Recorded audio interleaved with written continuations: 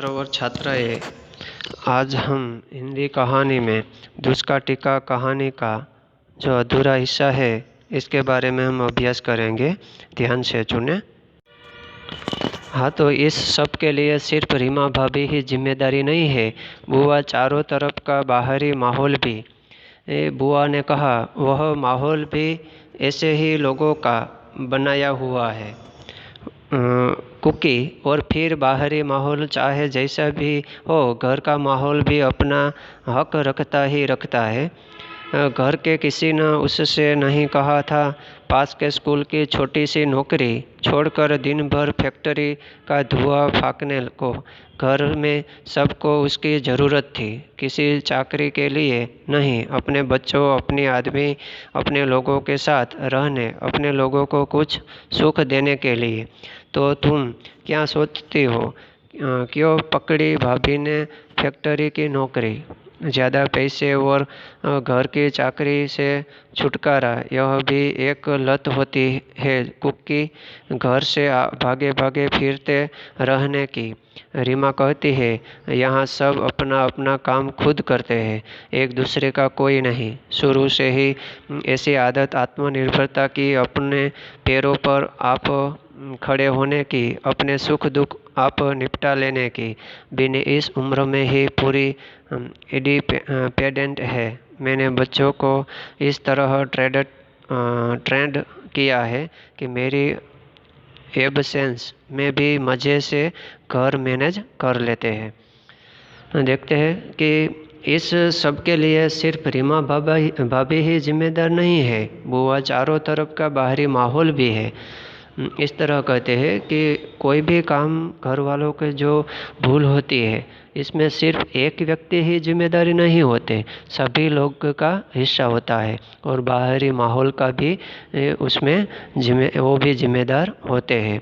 बुआ ने कहा, वह माहौल भी ऐसे ही लोगों का बनाया हुआ है क्योंकि, और फिर बाहरी माहौल चाहे जैसा भी हो, घर का माहौल भी अपना हक रखता ही रखता है। घर के किसी न किसी उसने नहीं कहा था, पास के स्कूल की छोटी सी नौकरी छोड़कर दिन भर फैक्ट्री का धुआं फाँकने को।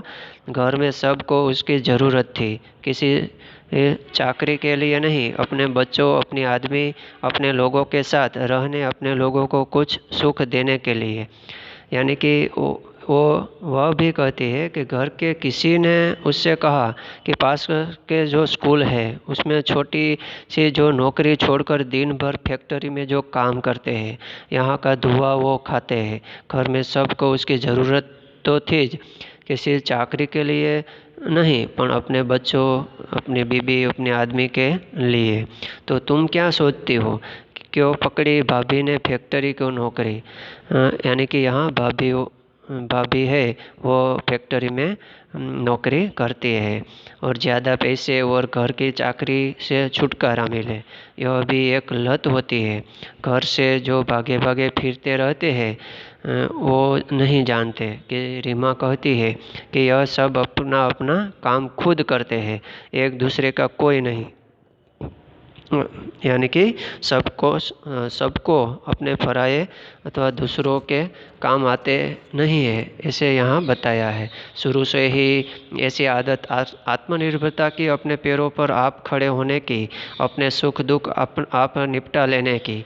बिन इस उम्र में ही पूरी इंडिपेंडेंट है। मैंने बच्चों को इस तरह ट्रेड किया है, यानी कि तालीम दी है कि मेरे बच्चे सब ऐसे मैनेज कर लेते हैं कि सभी के साथ मिलजुल जाते हैं।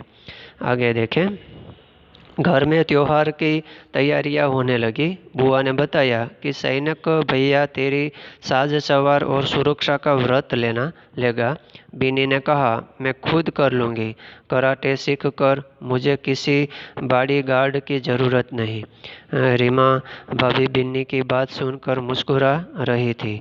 फिर वह सब हुआ तो होना चाहिए था और वैसे ही हुआ जैसे बुआ ने और थोड़ा बहुत मैंने कहा। चौक महाना रोली, अक्षत, दधी, सुपारी और तरतरी भर मिठाई मंगवाई गई। पाटे पर रतन को बिठाकर उसने माथे पर रोली अक्षत चिपकाया तो कंठ और आँखों में एक साथ इतना कुछ उमड़ आया कि संकोच के बावजूद लगा कि पर्व में प्राण प्रतिष्ठा हो चुकी है। रतन भैया ने सुनहरा सिक्का दिया। रतन भैया, मेरे पास बहुत कुछ है, पर आज तो तूने दिया वह सबसे अनमोल। शाम को बाहर जाते वक्त दोनों बच्चों की हथेली एक पर एक जोड़ी और वह सुनहरा सिक्का उनके बीच दबाकर रतन से बोली, रतन, बड़ी हूँ तुमसे। उस समय चौके पर लौटाना या ना करना तुम्हारे प्यार की बैटरी होती। एक बहुत खूबसूरत क्षण की हत्या और अब भी सिर्फ इसे लौटा रही हूँ।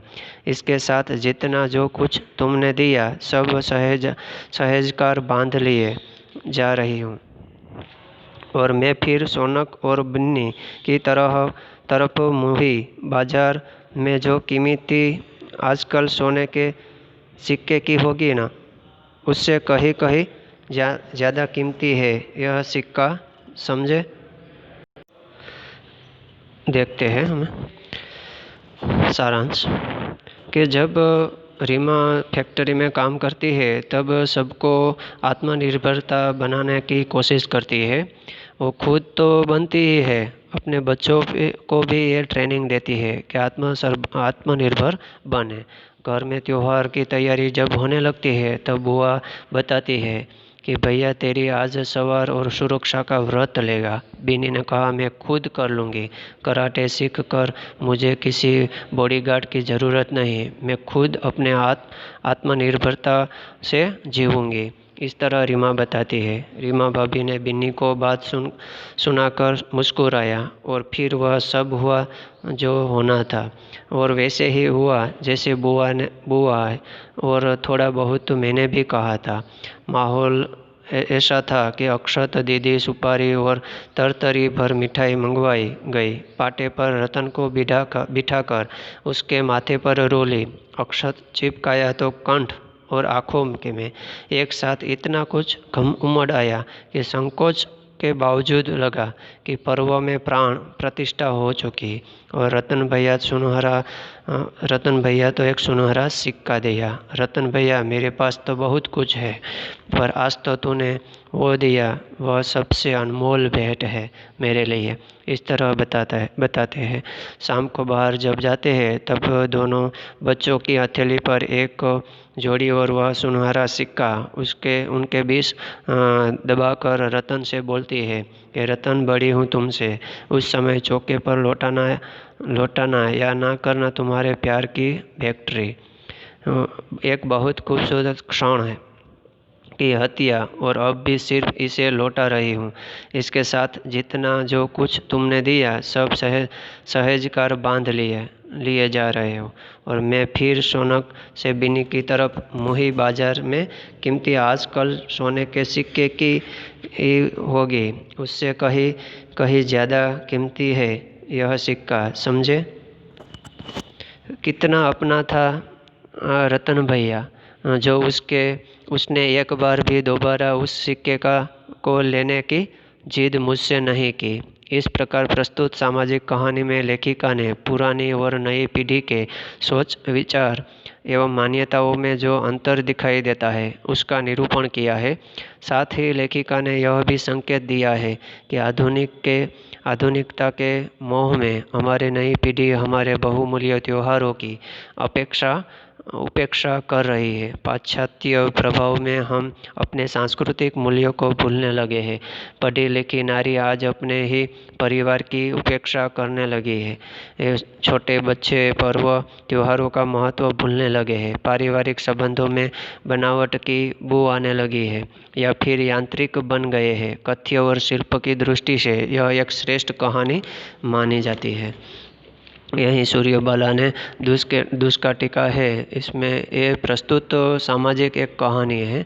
लेखिका के जरिए पुरानी और नई जब सब पीढ़ी के लोग हैं, नन्हे बच्चे से लेकर बड़े तक, कि उसकी सोच, विचार और मान्यताओं का जो अंतर दिखाई देता है, इसका निरूपण यह कहानी में किया है। साथ ही लेखिका ने यह भी संकेत दिया है कि आधुनिकता की मोह में हमारी नई पीढ़ी हमारे जो बहुमूल्य त्योहारों की जो उपेक्षा कर रहे हैं, इसका प्रभाव सांस्कृतिक मूल्यों को भूलने लगे हैं। पढ़ी लिखी जब नारी आज अपने ही परिवार की जो उपेक्षा करने लगती है, छोटे बच्चे भी पर्व त्योहारों का महत्व भूलने लगते हैं, तो पारिवारिक संबंधों में बनावट की बू आने लगती है, तो ये फिर यांत्रिक बन गए हैं सभी के सभी लोग। तो यह कहानी में सूर्यबाला दुष्काटिका कहानी में लेखिका ने यह बताया है कि कथ्य और शिल्प की दृष्टि से जो माने तो यह कहानी बेस्ट है, यह कहानी अद्भुत है। तो छात्र और छात्राएं, आज हम यहाँ दुष्काटिका कहानी पूर्ण करते हैं। अस्तु।